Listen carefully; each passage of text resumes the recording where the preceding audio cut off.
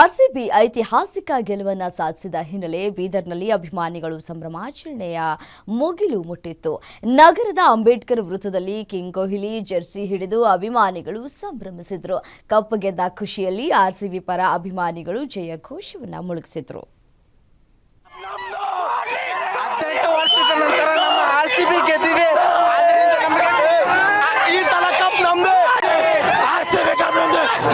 ವರ್ಷದ